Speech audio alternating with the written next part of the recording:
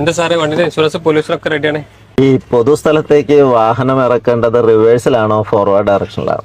സാറേ ഇത് ഫ്രണ്ട് ഇങ്ങനെ കയറ്റി വെച്ചിപ്പോട് നമ്മള് ഇതെന്ന് പറയുന്നത് നമ്മുടെ ഒരു പബ്ലിക് സ്പേസ് ആണ്. ഇപ്പൊ ഞാൻ ഈ വാഹനമായിട്ട് വരുന്നത് നിങ്ങൾ കണ്ടിയാണോ?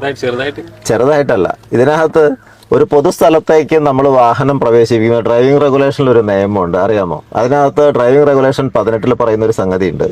ഒരു സ്വകാര്യ സ്ഥലത്തു നിന്ന് ഒരു പൊതുസ്ഥലത്തേക്ക് പ്രവേശിക്കുന്നത് റിവേഴ്സ് ഡയറക്ഷനിലായിക്കൂടാ. റോഡിലെ റിവേഴ്സ് ഓടിക്കരുതെന്നുള്ളത് മാത്രമല്ല, നിങ്ങളുടെ ഒരു പ്രോപ്പർട്ടിയിൽ നിന്ന് പൊതുസ്ഥലത്തേക്ക്, ഇത് പൊതുസ്ഥലമാണ്, അത് പ്രൈവറ്റ് നിങ്ങളുടെ സ്ഥലമാണ്, അവിടെ നിന്ന് പുറത്തേക്ക് ഇറങ്ങുന്നത് ഒരു പ്രൈവറ്റ് സ്ഥലത്ത് നിന്ന് ഒരു പൊതുസ്ഥലത്തേക്ക് ഇറങ്ങുകയാണ്. പൊതുസ്ഥലത്താണ് നമുക്ക് ചില മര്യാദകളുണ്ട്. കാരണം അവിടെയുള്ള ആളുകളുടെ ജീവൻ സുരക്ഷ എന്ന് നോക്കേണ്ടത് നമ്മുടെ ബാധ്യതയാണ്. അപ്പോൾ നമ്മൾ എന്താ ചെയ്യേണ്ടിയിരുന്നത്? വാഹനം കയറ്റിയിടുന്ന സമയത്ത് നമുക്ക് റിവേഴ്സിൽ അങ്ങോട്ട് കയറ്റിയിടണമായിരുന്നു. അപ്പൊ റിവേഴ്സിൽ നിങ്ങളുടെ സ്ഥലത്തേക്ക് കയറ്റുന്നതിന് കുഴപ്പമില്ല.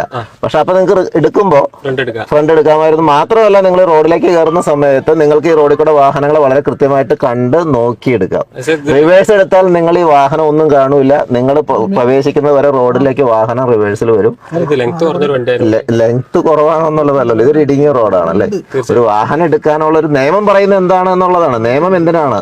നമ്മുടെയും നിങ്ങളുടെയും സുരക്ഷയ്ക്ക് വേണ്ടിയിട്ടാണ്. ഈ വാഹനം എടുക്കേണ്ടത്, പൊതുസ്ഥലത്തേക്ക് വാഹനം എടുക്കേണ്ടത് ഇങ്ങനെയല്ല. അതാണ് നമ്മൾ അറിയേണ്ടത്. പൊതുസ്ഥലം എന്ന് പറഞ്ഞാൽ അവിടുത്തെ സുരക്ഷ എന്നുള്ള ഒരു ഡ്രൈവറുടെ ഉത്തരവാദിത്തമാണ്. പറഞ്ഞു തരുന്നത് ഒരിക്കലും റോഡിലേക്ക് റിവേഴ്സ് എടുക്കരുത് തന്നെയാണ്. റോഡിലേക്ക് റിവേഴ്സ് എടുക്കരുത് ഡ്രൈവിംഗ് റെഗുലേഷൻ 18 പറയുന്നു. പൊതുസ്ഥലത്തേക്ക് വാഹനങ്ങൾ റിവേഴ്സിലല്ല എടുക്കേണ്ടത്. നിങ്ങൾക്ക് കയറ്റിയിടുന്ന സമയത്ത് റിവേഴ്സിൽ കയറ്റിയിടാമായിരുന്നു. അപ്പൊ എടുക്കുമ്പോൾ അതാണ് ശീലങ്ങൾ ഉണ്ടാകേണ്ടത്.